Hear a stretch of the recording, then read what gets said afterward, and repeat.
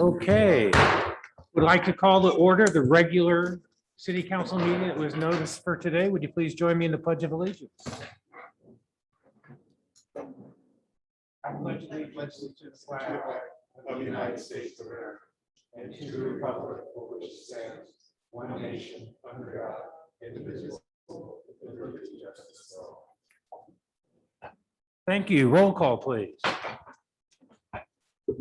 Councilmember Shepherd Rami. Here. Councilmember Talt. Here. Vice Mayor Jacobowski. Here. Mayor Udi. Here. The agenda was posted 72 hours prior to the meeting at the City Hall, the Kroll Public Library, and the Stoneman Building. It was also on the city's website. Public comments, the city welcomes public input at this time. The city may address the council on items not on the agenda. If it's on the agenda, we'd appreciate if you would wait until that time. Pursuant to state law, the city council may not discuss or take any action on issues not on the meeting's agenda. We're going to time any comments to 2 minutes today. They'll be timed by the city staff. And with City Clerk Baker, please explain how public comment will be taken for today. Thank you, Mayor. For each item on the agenda, there will be time for public comment. We'll accept comments in 3 ways. We will take in-person comments for each item. Please fill out a speaker card and turn it into me if you wish to speak on an item. We also have a new feature for those here in the room speaking. On this table up here to the left of the public microphone, you'll see a countdown clock timer to help you keep track of how much time you have remaining. We will also accept comments via email sent to cityclerk@cityofsanmarino.org. The email address is also found on the agenda. These will then be read into the record. We must receive these items before the public comment period for the particular item ends. The comments may be summarized if necessary to limit it to under 2 minutes. We will then ask for comments from our Zoom participants. When we ask for public comments via Zoom, there are 2 ways you can let us know you would like to speak. First, you can use the raised hand feature, which is a button that's found by clicking on participants and then clicking on raised hand on the bottom right side of the screen. Please do not use this feature until we have asked for public comment, or else we may not see it or know which item you're asking to speak on. As a second option, you can send a message using the chat box saying you would like to speak on this particular agenda item. Comments will be accepted only until the end of the public comment period for that item. Thank you, Mayor. Thank you. Does anyone wish to speak at this time? Yes, Mrs. Catherine Tripodis. Hello, good morning.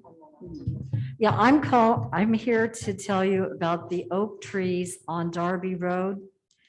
I don't think they're maintained properly. There's acorns all over the place.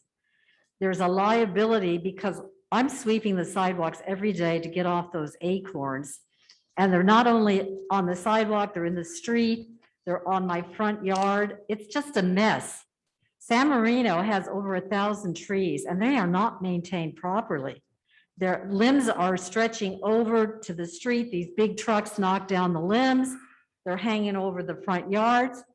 The oak tree I'm talking about, and it's all Darby Road and any other street that has those big California oak trees.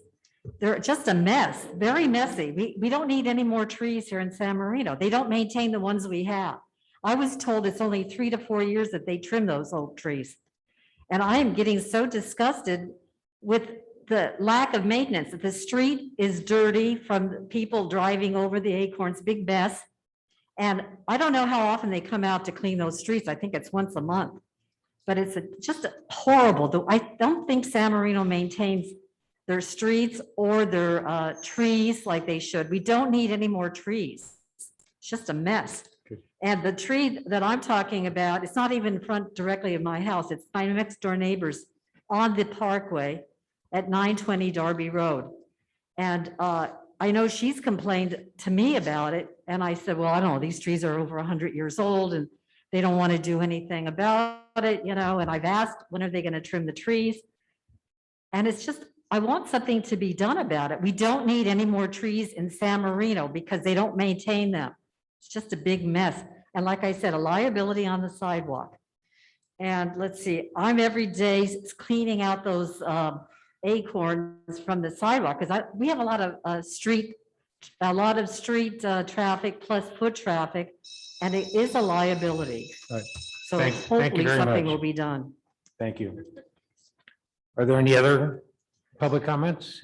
City Clerk Baker? There are no other requests for comment in person, but we do have one via Zoom. Thank you. Mr. Donovan Janis.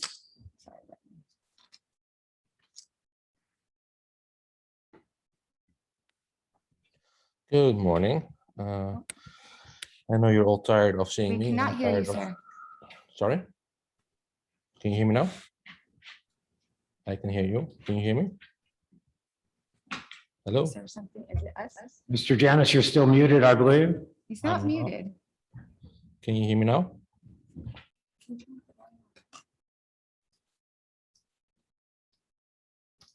We're still not able to hear you, Mr. Janis.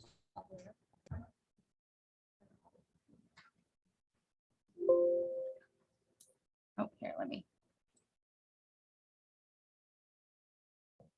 Can you hear One me? more time? Oh, Can you hear me now? Now we can. Thank you. Excellent. Oh, technology. All right. I'll make it quick since we've gone down from 3 minutes to 2 minutes. I know you guys are tired of seeing me. I don't want to show up here either. However, I do want to present the latest data. Two studies came out in this week that showed that vaccinated people transmit just as much as unvaccinated people. I will show you those studies via email later today. At the start of the school year, the district considered mandating masks. I spoke up. Board members freaked out. They called the police. 3 weeks ago, state of California admitted outdoor transmission is minimal at worst and advised schools not to even worry about outdoor contact tracing. At the next school board meeting, I presented data that showed transmission at school is not really a thing, and unvaccinated kids are more protected than vaccinated adults. Used the latest available data at the time. One school board member went on a 20-minute rant after. Well, guess what? There's been over 6,000 tests in the district, 0.1% were positive, and as of last weekend, there's been no transmission in the school district. Now, my point is not that I'm right about all these things. The point is the data is out there from lots of different countries, and it takes a while for the experts to catch up with the data. Keep in mind that these experts last year closed hiking trails because they were afraid of outdoor transmission. They closed playgrounds, all proven to be wrong. The only way you can stop transmission is by testing vaccinated and unvaccinated people. I suggest to the city to implement a testing program that's tied to the amount of community transmission in Pasadena, because we are much more like Pasadena than we are to the city of LA. Now, again, I ask you to reconsider just adding a testing program for the city's employees rather than mandating the vaccines. It made sense in July when you started talking about mandating the vaccine, because at that point we thought it was sterilizing, but they really are not. I asked you based on the latest data to just reconsider your position and start testing instead. Thank you. Thank you, Mr. Janis. City Clerk Baker, are there any other public comments? there are no other requests for comment at this time. Thank you. We'll move on to motion to waive further readings. Do I have such a motion, please? So moved. Is there a second? Roll call, please. Councilmember Wong, Yes. Councilmember Shepherd Rami, Yes. Councilmember Talt, Yes. Vice Mayor Jacobowski, Yes. Mayor Udi. Yes. Motion passes. Thank you. I'd like to move on to item number 1, continued business, which is the housing element. We please have the presentation from Interim Director Hamilton. Yes, Honorable Mayor and City Council, the item before you is the draft housing element, which incorporates the suggested revisions to the extent possible from the City Council. Those revisions are summarized in your staff report. The draft document is also provided to you with the revisions. Staff does recommend that the City Council direct us to submit the draft housing element dated October 29th, 2021, with edits as summarized in the staff report to the state HCD. This concludes my presentation. I'm here for questions should you have them. Thank you. Thank you. We'll open it up for questions. Mr. Talt, do you have any questions of staff? No, I don't. I appreciate all the hard work and that has gone into this from both the staff and the public and city council. I know that this does not contain it's not the way that we would have liked it in a perfect world, but as I understand it, we are somewhat limited in our options at this point, but thank you. Thank you. Dr. Huang? No questions, thank you. Thank you, Councilmember Chipperome. Any questions to staff? Yes, I do. Thank you very much, Director. I appreciate the update and all the work I know that all staff did over the last, and our city attorney as well as our consultant to make the necessary changes and then explain where they could not. My questions have to concern the missing middle opportunity. That's an existing program. And whether in past direction from city council, I think with our prior director, we talked about single-story cottage and bungalow courts like I'm sure you're familiar with in Pasadena and others as might be historically appropriate for our city and multifamily development in those areas. And it is mentioned, but also what's mentioned is duplexes and triplexes and even fourplexes. And that's still in the draft that we have before us. And I don't think we would be required to ever do a fourplex necessarily because there's duplexes and triplexes are essentially a single family plus a JDU and ADU equivalents. So I wanted to just remove any references to those, particularly the fourplex. And I thought that the duplex and triplex concept, and I think we spoke about this, and I don't know if the consultant's online, was about changing the interior of an existing structure. You know, subdividing it, as opposed to building new structures that are duplexes or triplexes. So I just needed some clarification from you or our consultant, because the language in here was confusing. It does not refer to the rebuild versus the new. Council member, I'll also defer to the city attorney on this. The consultant is not on the line, but I can address that question. Okay, thank A you. lot of this, as it relates to the missing middle, is to be determined in the future because we need to develop zoning for it. Correct. So my answer to that would be, as we develop the zoning for it, we can set that up consistent with what you're suggesting in the future. I don't see a problem with removing fourplex, that language, your reference to fourplexes. To me, again, it's to be determined in the future. Okay, and thank you. Is that acceptable? I mean, I don't want to create too much work, but I just am worried if we have it in here and this is submitted, I don't want it to be standing because I don't think we can remove it later. Should that be something that this council and the community wants? And I'm just concerned. Yes, and so removing the reference to fourplex, I think will be fine in the draft that gets submitted. In your implementation, when it ultimately comes back as a zoning ordinance, the council will have opportunities to revisit exactly what kinds of housing product you want to allow in that missing middle. And there was one other problem regarding, or issue still standing regarding the missing middle. It specifically refers to the block south of Mission of Euclid and Los Robles as being where we're going to implement this, along with hundreds of other sites potentially. And I think we have a problem with Euclid having historic homes, both north and south, as well as there are some on Los Robles in that first block that haven't been dealt with. So since this is something we're going to implement, can we just leave off specific streets at this time? And because it does say we are going to designate, and it has a large map, a schematic, I'm sure you've seen it, that has hundreds of sites, you know, all throughout the city, north, south, east, west, but it specifically calls out those two streets. And we haven't really determined where on those two streets or those entire blocks. And there is no transportation. It really is not a high opportunity area. There's no bus on Mission anyway. And I thought anything that would qualify needs to be within 2,000 feet of transit. So I don't know how that comes together. Council member, we can certainly look at that. I can't promise that we can pull it out of the document, but as the city attorney mentioned earlier, as we come back to you with the zoning, this is kind of area wide. The zoning will really drill down on specific parcels as it needs to do. But we'll look at that and see if that's something we can omit from the document. All right, just at this time. Thank you. And my other question is, there are two new programs, the Enhanced Affordability Overlay and Create and Maintain a List of Additional Sites. And I understand that those are appropriate for us to add at this time. My concern is only that the enhanced affordability overlay says it would automatically go into effect at a certain point if we haven't met our target requirements. I don't know what that's called, but we haven't met certain targets. So can you explain to me, do we have to include that automatic language? Because we still may be in the process, for example, of developing or working on a site like Stoneman, which might have a lot of potential.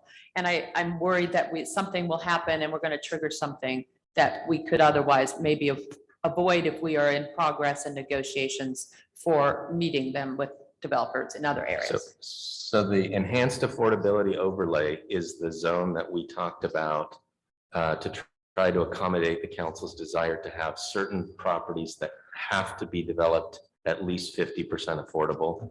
Right now, the only properties that are identified is that stretch of Huntington, the 800 and 900 block. It says that it will kick in automatically if you've not completed the other rezoning that you're supposed to do citywide in the next 3 years. So this is just to make an offering, if you will, to HCD that says that if we don't get all the zoning done, at least we'll get this piece done, which is just that 800, 900 block. So I think it's meant to enhance the attractiveness of the housing element to HCD. All right, thank you. That's very helpful. And that's a similar reasoning behind creating and maintaining that. Sorry, I don't know if you can hear me. Creating and maintaining additional sites with the appropriate. So, and that is something that we have 3 years to do, or I don't know, has a certain. Yes, 3 years. All right, thank you. Those are my questions. And I appreciate your help a lot. I know it was a tremendous amount of work. So thank you. Thank you. Vice Mayor, any questions of staff? Yes, thank you, Mayor. Just a few quick ones. But before that, wow, this is just an enormous amount of work and effort by our community development group, our community. Jane from Four Leaf with her expertise, and as our new attorney, Joe, jumping right in and guiding us. I think that we have a really good document to submit. Only one question on page 426 of 660. We certainly see where community church has been stricken, but I see up at the top, Southwestern Academy is still there. I just want to confirm that we have their consent to be continue to be included. Council member, I can't really sit here and speak to you and say that that's the case. I would have to follow up and make sure that the consent is there. If it is, we'll make sure that it stays. I'm not sure, but I'll have to look into that. And the obvious reason I'm bringing this up is we want absolutely no ill will in the community. And if they are fine with that as being a longer range potential, that's super. But if there is any objection, I think we'll need to remove that. And we're looking at 8 to 10 units there, so we may have to adjust our other numbers accordingly.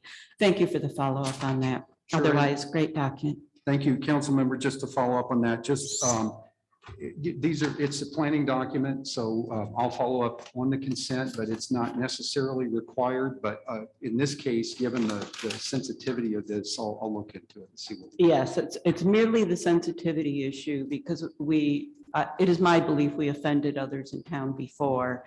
And we just want to make sure that when this is submitted, we're not doing so. And I suspect there may be some concurrence from Southwestern if it's still in there, but we just need to make sure that that's there. Thank you again. Thank you. And I have no further questions. I have one follow-up question, and Vice Mayor's question triggered it for me, and that is that I represent Southwestern in various matters. And will I have to recuse myself as to that issue only? Well, I think today we're just asking for the ability to submit the housing element that's presented to you. Staff will look into these other issues and make adjustments if we can. But to the extent we're trying to get this done by November 1st. So I'm not really asking, we're not really asking for a separate vote or decision or anything on Southwest. Okay, well, in the future, I'd appreciate knowing that when it does come back for a final vote. because I don't want anybody to get upset at me believing that I had a conflict. Okay. Very sensitive. Thank you. I have one other question Yes. as well. Please. In looking through this, Director, on page 395, there's a program 3.6 that talks about update the zoning code to address provision of single room occupancy housing as a conditionally permitted use in the C1 zone. And I think we've talked about this a couple times. I don't know that we are going to have rentable single room housing in the C1 zone unless it contributes to one of those needs that we have. But I don't think this is a program, from my understanding, that does, because a single room doesn't have So kitchen, et cetera. So it's not a countable unit. I think we've talked about this before. So under certain circumstances, they may be, depending on how it's set up, they may count as units. And the requirements from HCD specifically reference multiple types of housing and list out multiple types, including single room occupancy. So we have to make some accommodation for them somewhere in the city. All right. Thank you. Thank you. I'd like to open it up for public comments. Is there anyone from the public here who would like to speak on this item? Seeing none, is there anyone in the virtual world? We have no requests for comment. Then we'd like to bring it back to city council for a discussion. Mr. Tull, any final thoughts on this item? No, other than I do support Council Member Shepherd Rami's suggested changes. Thank you. Thank you. Dr. Huang? No comment, just want to thank the staff. Thank you. Thank you.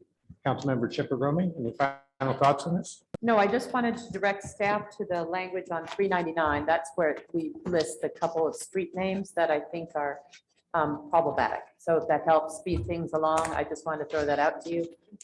That's where I'm seeing that reference to Euclid and Los Robles in the block south. That is a problem for us. Okay. Thank you. Thank you. Vice Mayor, any final thoughts on this? I'm pleased with the document. Thank you. Thank you. Staff, do you have any other questions of us before we vote? Okay, thank you. Is there a motion, please?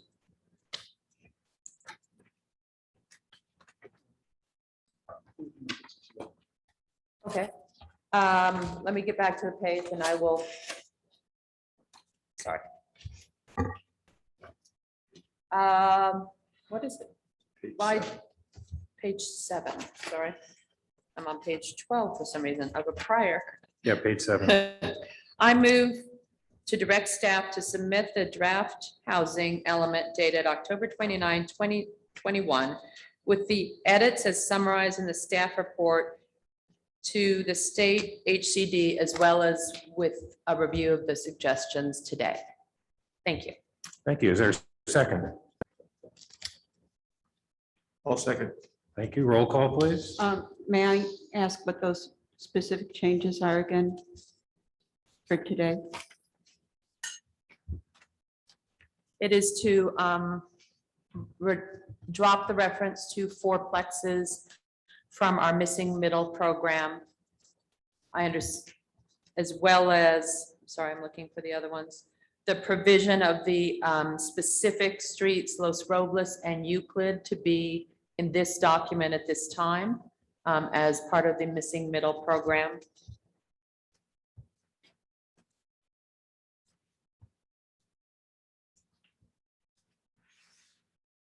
And I believe those are the two I have concerns, but the other ones can be addressed during our zoning adoption about duplexes and triplexes. And staff will also check with Southwestern per your request. Great. And legally, this is just fine, what she is recommending, correct? Yes, to the extent we can make those, the fourplex, we can remove the two streets. We will look at whether we can remove them, the specific reference. And if we can, we will. And if we cannot, then we're just going to submit it on November 1st. Okay. Thank you. All right, we have a motion and a second. Roll call, please. Councilmember Wong, Yes. Councilmember Shepherd Rami, Yes. Councilmember Talt, Yes. Vice Mayor Jacobowski, Yes. Mayor Udi. Yes. Motion passes. Thank you. I'd like to move on to new business. Now, item number 2, the first reading of an ordinance regarding mandatory organics disposal reduction. Director Thron, please. Thank you, Mr. Mayor. The item before you this morning is the introduction and first reading of an ordinance related to mandatory organics disposal reduction. To summarize, the state Senate in 2016 enacted legislation intended to reduce the disposal of organic waste in landfills and instead divert and recycle it. For the city to comply, it must enact an ordinance ordering organic waste reduction so that more recycling can occur. To achieve this, food waste generated by residents and commercial operators will be required to dispose of that waste in an organic container provided by Athens Services, our solid waste provider. Fortunately, for many San Marino residents, this will be easy to do as most residents have an organic or green container to dispose of their food waste. Those residents who have been in Scout Services will be provided with a trash container. There is an anticipated rate increase for those customers who have been in Scout Services, and representatives of Athens Services are here this morning to provide further details on the incremental monthly cost. Commercial customers such as restaurants, coffee shops, and the Huntington Library will be approached in the coming months to receive education on the new regulations and how they should comply to avoid problems. The city is also required to establish food recovery programs. To leverage the best available resources given our limited staff, the department is working with the San Gabriel Valley Council of Governments to participate in a valley-wide food recovery program. The city is required by state law to comply with Senate Bill 1383 and enact the ordinance provided, which was adapted from a model ordinance provided by the COG and reviewed by the city attorney. Mr. Christian Warner and Mr. Ed Chen of Athens Services are here if you would like to ask questions regarding rates and how they are working to ensure that their customers successfully comply with the food recovery law. This concludes the staff presentation. Thank you. I'd like to open up from questions from council. Councilmember Chipper Romy, any questions of staff or Athens? Yes, I do. Thank you. This first time seeing this is very exciting. So thank you, Director Throne, for bringing this and being proactive to bring it to us well in advance of the deadline for our action. And I'm glad that Athens as well is on board and will continue to provide services to our city. My main question I have is in the actual language of the ordinance and attachment 1, well, which is attachment 1. For example, it does not on page 557 of our book, notebook, it talks about excluding or it's applying commercial business rules to multifamily residential dwellings. And then it seems to, for example, number 4 or number 3 and 4 on 557 actually exclude multifamily dwellings from this. And just because we're in the midst of adopting a housing element that will result in multifamily residential dwellings, I'm trying to figure out, so why would we want to exclude them? I think that they should comply along with other residential uses in the city. And I'm trying to figure out, so where are there provisions of what they do need to do? Does that make sense? Yes, it does. The model ordinance addresses all cities, all shapes, all forms that have lots and lots of services. So I think their intent is here. When you have a residential multi-family complex, it becomes very difficult because you've got a lot of containers and all of this. It becomes more difficult to manage because there is a more diffuse population of folks living in it. For San Marino, while you're correct that there may be multifamily, our multifamily is smaller in scale if it does eventually get to there. And so if the council is amenable, we can add that in because it would tailor more toward us. And I was anticipating that if you had questions on this in order to fine tune this, that we would be able to do that, tailoring it more from the one size fits all ordinance, which is the model, to San Marino specific. So if the council is open to modifying this to actually include multifamily for our version of multifamily, we can certainly do that very easily. And it would be very smart to do that based on the residents that we have here and how they can comply and do care about these things. Right, and also my concern is if we don't do it at the outset, then if developments come in and they don't have specific areas, for example, for this kind of divided trash collection, that may be problematic. But if we have that at the outset, I think it helps everybody who comes in with a project know that they also must comply with this waste, because our city is on board, and all the other residential uses are doing so. And then so I would appreciate that if you can do put them in, and similarly. And my other question was, there is something in here that talked about, I'm sorry, and I'm struggling to find the page because it was a lot and new, that talks about large venues and large events, and it includes parks in that, which I assume are large park. Lacey Park is definitely would come, because it said if it services 2,000 people or more a day, I believe, or some words to that effect, And so I'm wondering how it would affect Lacey Park, and do we have to consider that specific location in the city's interest of complying? And if there are special provisions, because I think the waste at the park is quite, and certainly at certain times of years might be quite large for this program. Councilmember, I think it would be beneficial for us to include Lacey Park on those occasions when we do have a lot of people there.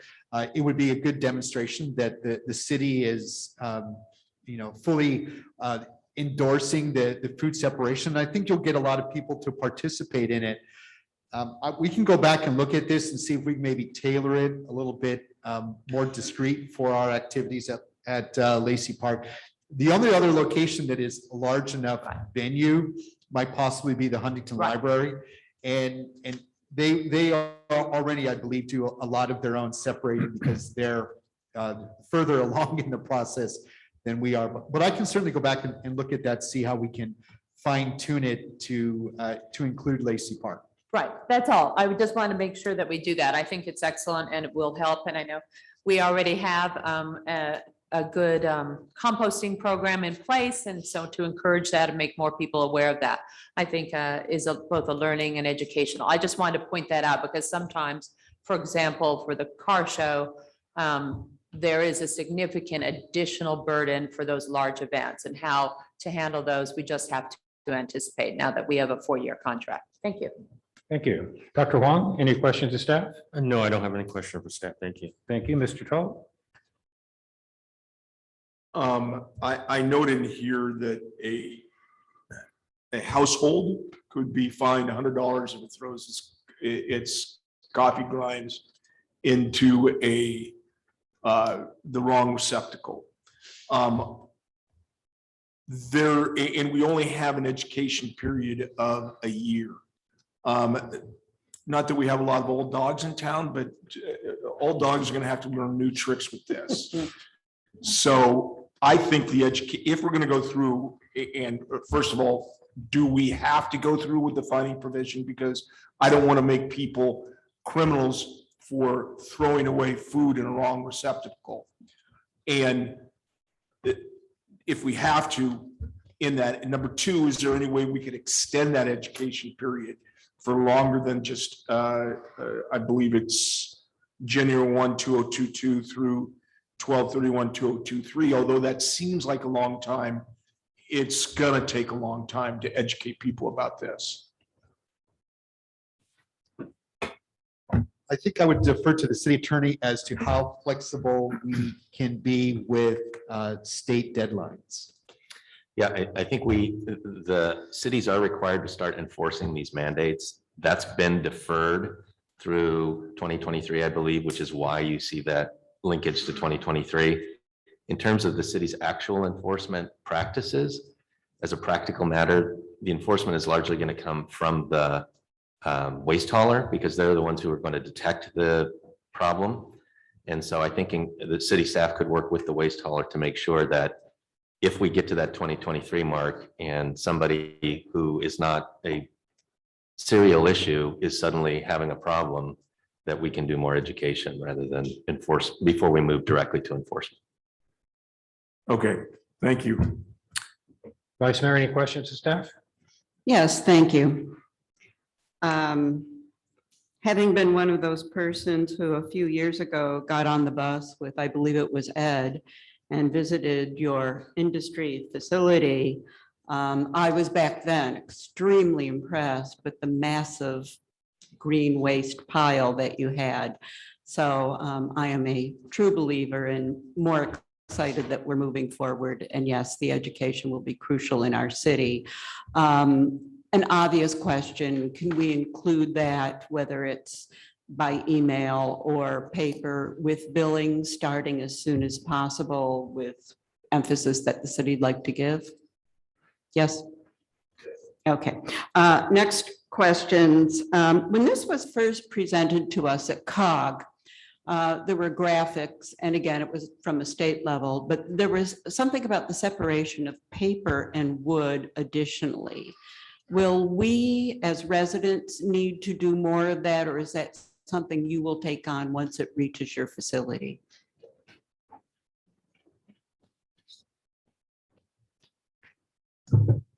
Good morning. My name is Christian Warner. I'm a Vice President of Government Affairs at Athens Services, and thank you for allowing us to be here this morning.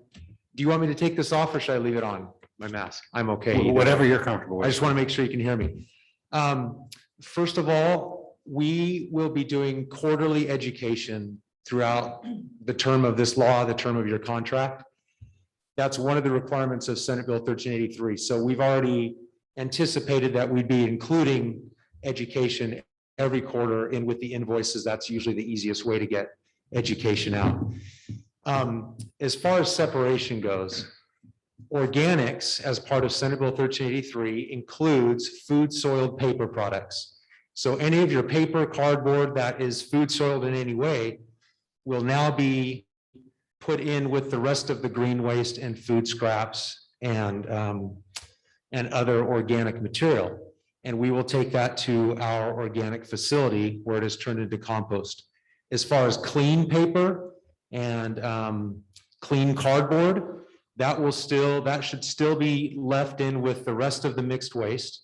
That will go to our recycling facility, and we will continue to take that out of the pile like we do right now and make sure that that goes to a recycling market.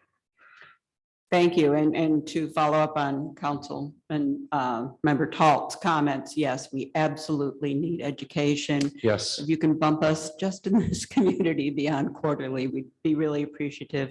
It mentions 2 versus 3 containers. What is the game plan for San Marino? The game plan at this point is to remain the way that you are with your residents. As you all know, you place your waste in 2 separate piles, mixed waste that gets recycled, and then green waste, which will now be called organics. So we anticipate leaving that the way that is. Now, the city, if the city council ever chooses to want to make a change to a 3 container system, we have many, many cities where we do 3 container systems. So we can always talk to you about that. But because of the MRFs that we have, the recycling facilities, you're able to remain with a 2 container system and be compliant with Senate Bill 1383 using the infrastructure that we have in place within our company. And so we're prepared to do that. And there's other 2-barrel or 2 container system cities in the San Gabriel Valley, similar to yours. And so they'll be doing the same thing. On the commercial side, we will be basically dropping or giving an organic container, an organic barrel to every commercial business. So they will essentially become a 2 container system. They'll have their mixed waste bin that they all have right now, but we'll be giving them an organic container so that they can start putting their organics in that container, and we'll pick that up separate from the mixed waste. Thank you. And going back to your facility, at a point at which you feel COVID safe, would you please consider again another trip for residents? I was a 100% non-believer until I went there and saw the detail to which you separate out our garbage. And it makes me feel really comfortable when I'm disposing of things to know how much is getting recycled. And I think that's, or even if at some point you can offer an optional slide presentation, just something where residents can see for themselves. It truly is incredible. And my final question, can you ballpark for us what this should look like financially with the additional work? Thank you. Yes, so a ballpark is, well, I'll lead this off by saying this. In San Marino, the last amendment that was done, amendment number 2, a few years back, took into consideration this law. And so one of the things that happened on that amendment is the term was adjusted to a longer term for our company. And a couple of things we did in return was we are doing 2 compost events per year that you might be familiar with, where we bring a lot of the compost back from our facility to the citizens to use. Second of all, it allowed all of the residents to now place their organic material all together, and we take it to our organics facility to comply with this law. That's to be done at no additional charge. That specific item is one of 7 major items for Senate Bill 1383. So that's already handled. So that's a really good thing. The other 6 items that to comply with 1383, we as a company have been preparing for about 2 years now to provide programs to help all of our franchise cities comply with Senate Bill 1383. That's something we are currently in discussions with Mr. Throne and staff, trying to bring to the city an overall proposal, if you will, that takes into account all compliance, along with some other contract enhancements that we feel would benefit the city. So, and there's going to be some rate discussion that goes along with that. Aside from that, if you just take the rest of these 6 items, if you kind of place that in a vacuum and you ask us, hey, Athens, can you provide those programs? Yes, we can. It would be about an additional $2 per month per residential household if we did that, or when we do that. For the 6 items? For those other 6 items, yeah. Great. Yeah, but the main one that really cost the most was already handled in amendment number 2 years ago. And that's, you're actually the only city that did that and has that already taken care of. Well, we appreciate your work with Director Throne, and we sound like we have a favorable outcome. Thank you. Thank you. Thank you.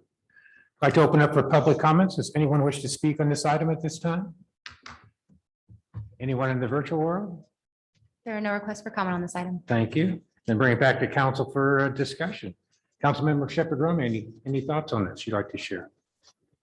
No, I'm thankful, Director Throne, as well as to see the representatives here today, helping our city move forward with this, since it's a must comply. I appreciate that we're keeping it as similar as we can, with an educational component will definitely help our residents. So I appreciate those efforts as well. And just would like to see all residential uses be on the same page, so we don't have a problem later as other developments happen. And also, as you may know, we have an environmental component to our general plan update. So I suspect that we'll be working with you as well in the future to comply with some of the other things. And I look forward to that. So thank you very much for your assistance. I had one question or one issue. Is the street sweeping that was brought up today, for example, of acorns or leaves, is that something that's also part of, you handle our street sweeping as well, I understand and have.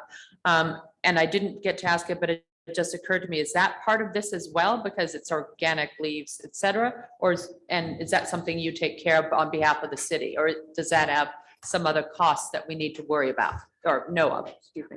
If I might, council member, that is a separate agreement we have with Athens. Oh, okay. And in the ideal Director of Public Works world, because it is a component of stormwater, which is also a Right. component of solid waste, in your director's ideal world, it's all one contract. And we have an opportunity now that that contract has effectively ended. We have an opportunity to have a discussion with Athens about rolling that into their solid waste contract. All right, so thank you. Then I look forward to seeing what we'll develop regarding those services in the future. Thank you very much, Director Thrones, and thank you.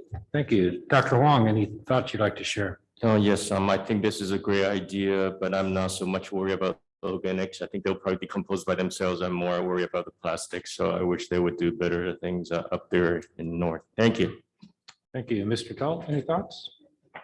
I understand the motivation behind this, and I think the motivation is based upon very good principles. However, I see a lot of problems with this, the finding the people for mistakes they might make, turning the city into someone or a body that has to enforce what people throw away and where is problematic for me. I don't know if there's some compromise along the way. Perhaps I could figure it out before we talk about this is just a first reading, a second reading.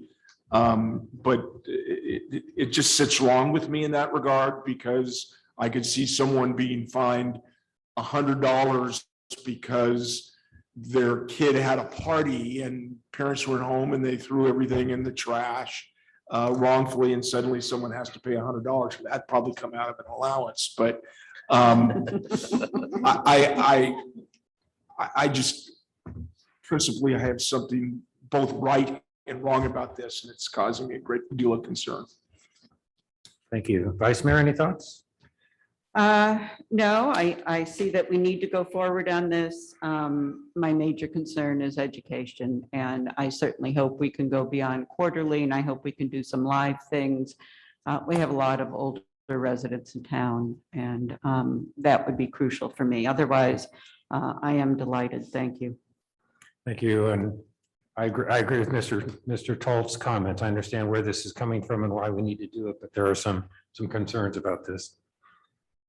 Do we have a motion, please? I move to waive full reading and introduce the first reading by title only, ordinance number O-211383, an ordinance of the city of San Marino amending the San Marino Municipal Code relating to refuse by adding chapter 9 regarding organic waste disposal reduction. Thank you. Is there a second? I just have a question. Would that include whatever changes Director Throne will bring forth that we discuss regarding the multifamily units? Yes, it will, Councilmember. We'll provide you with a clean version and a strikeout underline so that you can compare the ordinance in front of you today and our suggested changes based on what I sense as the council's want to include multifamily and not exclude them. Thank you. Thank you. Is there a second to the motion, please? I can second it. Thank you. Roll call. Councilmember Wong, Yes. Councilmember Shepherd Rami, Yes. Councilmember Talt, No. Vice Mayor Jacobowski, Yes. Mayor Udi. Yes. Motion passes. Thank you. I'd like to move on to new business item number 3, the approval and agreement with Idaris. Director Throne, please. Thank you, Mr. Mayor. The item before you is an amendment to the agreement with Iteris to prepare a citywide traffic circulation study. In order for Iteris to complete the work, which includes improvement prioritization, a near-term 2023 analysis, collision data review, additional conceptual designs for certain intersections and public meetings, all items identified during your review on October 13th, a contract amendment is needed as their contract expires Sunday. There will be no additional compensation for the completion of these tasks. This concludes the staff presentation. Thank you. I'd like to ask council for any questions. Dr. Wong, any questions? No, thank you. Mr. Tall? No questions. Thank you. Councilmember Shepherd Rami? No questions. Thank you, Director Throne, for pursuing this for our city. Thank you. Vice Mayor, any questions? No, thank you. Okay, I have no questions. I'd like to open up for public comment. Is there anyone here that would like to speak on this item? Seeing none, is there anyone in the virtual world? There are no requests for comment. Bring it back to council for discussion. Dr. Wong? No, just thanks to the staff. Thank you. Mr. Tall, any thoughts on this? Nothing further, Mayor, but thank you for asking. Thank you. Councilmember Shepherd Rami? No, thank you. Vice Mayor? No, thank you. I have no comments. Is there a motion, please? I move to approve amendment number 3 to the professional services agreement with Iteris, which will extend the agreement through April 30th, 2022 for the completion of the citywide traffic circulation study, and authorize the city manager to execute the amendment on behalf of the city. Thank you. Is there a second? I'll second. Roll call, please. Councilmember Wong, Yes. Councilmember Shepherd Rami, Yes. Councilmember Talt, Yes. Vice Mayor Jacobowski. Yes. Mayor Udi. Yes. Motion passes. I'd like to move on to item number 4, the approval of an amendment for the city manager's employment agreement. I'd have the presentation, please, from our city attorney. Mr. Mayor, members of the city council, before you is consideration of the Fourth Amendment to the city manager's employment agreement. On September 22nd, 2017, the city council approved a city manager employment agreement. The original agreement had a term of 2 years and commencing on October 16th, 2017. The city council has since amended the term and certain other salary and benefit provisions 3 times through a first, second, and third amendment. The agreement currently has an expiration date of October 15th, 2022, and provides for a base salary of $212,473. The contract requires an annual evaluation to be conducted by the city council, which was conducted at your last meeting. Based upon that, this Fourth Amendment has been drafted. It would increase the city manager's annual base salary by 3% to $218,847.19 effective today, and unless until the city council approves any additional increase, and would extend the term of the agreement through October 15th, 2024. All other terms and provisions remain unchanged. With that, this Fourth Amendment is ready for your approval. Thank you. As counsel, if there are any questions, Mr. Talt, any questions of council? I don't have any questions, but in the future, when we're dealing with an amendment to the contract, if you could include the entire contract and its previous amendments in our package, because otherwise I was forced to find it and go through other things. And so, but I have no questions. Thank you. Councilmember Shepherd Rami, any questions? I have no questions. Dr. Huang? No question. Vice Mayor? No questions? I have no questions. I'd like to open it up for public comment. Is there anyone here who would like to speak on this item? Yes, please.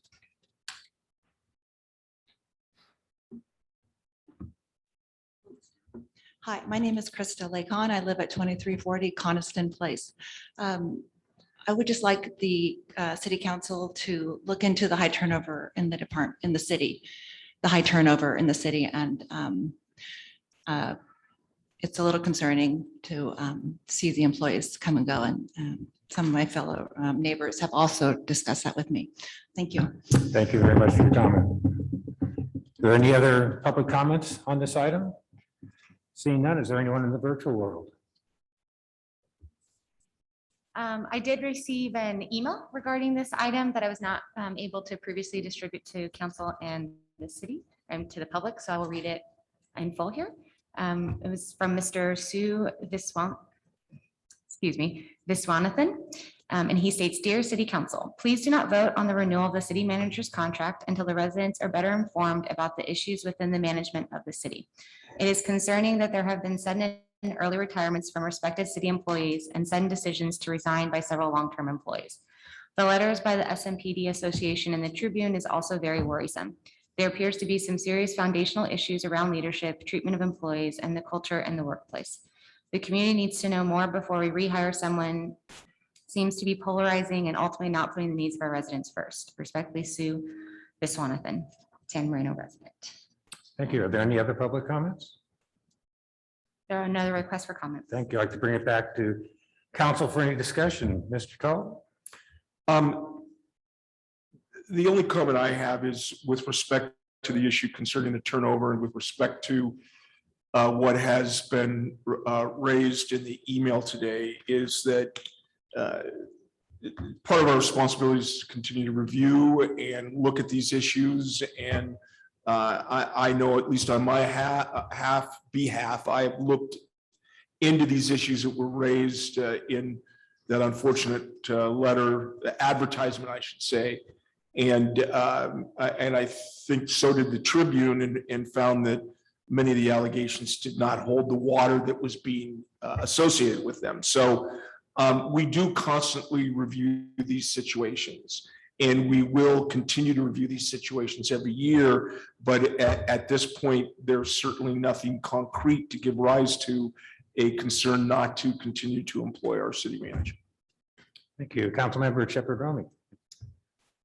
Yes, thank you. In light of those numerous job openings and the resulting challenges that that places on our remaining employees as well as residents, as well as the consequential increased cost for the city, I believe only a one-year contract extension is appropriate at this time.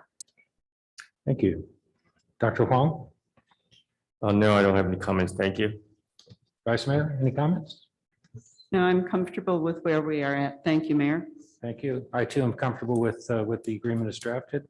And in terms of a motion, I move to adopt the city attorney's written summary of the proposed amendment to the city manager's employment agreement that is set forth in the staff report and approve the fourth amendment to the city manager employment agreement. Is there a second, please? I'll second. Roll call. Councilmember Wong, Yes. Councilmember Shepherd Rami, No. Councilmember Talt, Yes. Vice Mayor Jacobowski, Yes. Mayor Udi. Yes. Motion passes. Thank you.